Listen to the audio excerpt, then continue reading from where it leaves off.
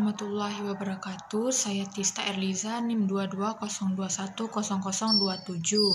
dari Prodi Administrasi Publik kelas 1A Universitas Malikus Saleh. Di sini saya akan membahas materi tentang pengertian manajer, tipe, fungsi, dan keterampilan manajerial.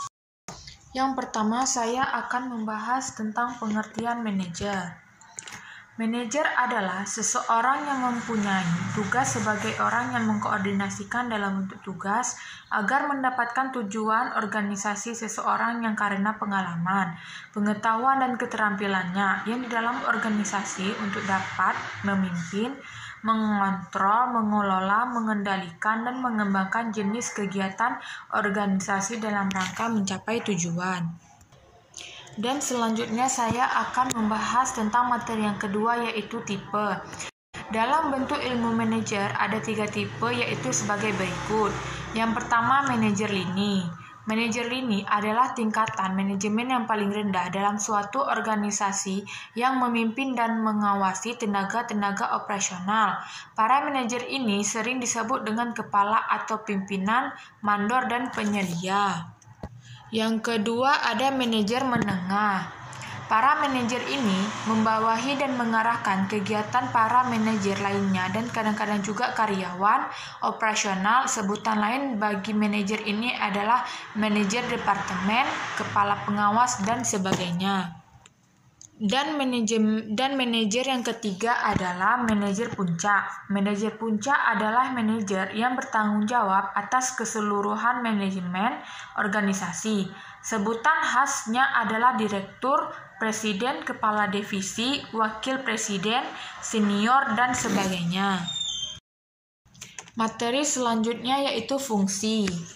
Fungsi manajer ada 4 yang dilaksanakan oleh manajer. Yang pertama, perencanaan atau planning. Rencana-rencana yang dibutuhkan untuk memberikan kepada organisasi tujuan-tujuannya dan menetapkan prosedur terbaik untuk pencapaian tujuan-tujuan itu. Kegunaan perencana yaitu organisasi bisa memperoleh dan mengikat sumber daya yang diperlakukan untuk mencapai tujuan-tujuan. B. Para anggota organisasi untuk melaksanakan kegiatan-kegiatan yang konsisten dengan berbagai tujuan dan prosedur terpilih. Yang C. Kemajuan dapat dimonitor dan diukur sehingga tindakan korektif dapat diambil bila tingkat kemajuan tidak memuaskan. Yang kedua, pengorganisasian adalah penentuan sumber daya dan kegiatan yang dibutuhkan untuk mencapai tujuan organisasi. Yang B. Perancangan dan pengembangan suatu organisasi atau kelompok kerja yang akan dapat membawa hal-hal tersebut ke arah tujuan. Yang C. Penugasan tanggung jawab tertentu. Dan D. Pendelegasian wewenang dan diperlukan kepada individu-individu untuk melaksanakan tugas-tugasnya. Yang ketiga, pengarahan atau leading. Fungsi pengarahan secara sederhana adalah untuk membuat atau mendapatkan para karyawan melakukan apa yang diinginkan dan harus mereka lakukan. B. Fungsi ini melibatkan kualitas karya dan kekuasaan pemimpin beserta kegiatan-kegiatan pemimpin seperti komunikasi, motivasi, dan disiplin. Yang keempat, pengawasan atau controlling. Pengawasan adalah penemuan dan penerapan cara dan peralatan untuk menjamin bahwa rencana telah dilaksanakan sesuai yang telah ditetapkan. Materi yang selanjutnya yaitu keterampilan manajerial. Keterampilan manajer adalah untuk mengatur, mengkoordinasikan, dan menggerakkan para bawahannya ke arah pencapaian tujuan yang telah ditentukan organisasi. Berikut ini merupakan kemampuan atau keterampilan yang harus dimiliki oleh seorang manajer.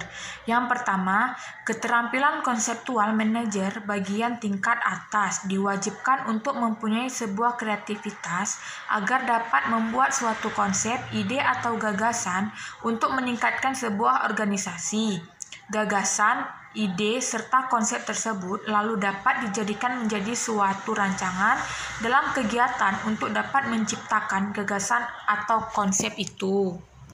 Yang kedua, keterampilan berhubungan dengan orang lain setelah kemampuan konsepsional.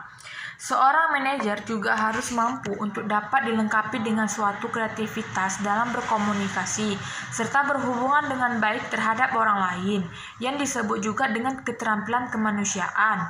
Komunikasi yang bersifat cara persuasif harus selalu dapat diciptakan oleh manajer terhadap bawahan yang akan dipimpinnya. Yang ketiga ada keterampilan teknis, adalah suatu bekal bagi seorang manajer pada bagian tingkat yang lebih rendah. Keterampilan ini adalah suatu kemampuan untuk dapat melaksanakan sebuah dalam pekerjaan seperti menggunakan program komputer, memperbaiki mesin. Yang keempat adalah keterampilan membuat keputusan. Jenis suatu kemampuan untuk dapat mendefinisikan pada sebuah masalah dan menetapkan terhadap cara terbaik untuk dapat memecahkan suatu masalah tersebut. Membuat sebuah keputusan ada hal yang paling penting bagi seorang manajer, terutama dalam bentuk manajer. Sekian yang dapat saya sampaikan, lebih dan kurang saya mohon maaf. Assalamualaikum warahmatullahi wabarakatuh.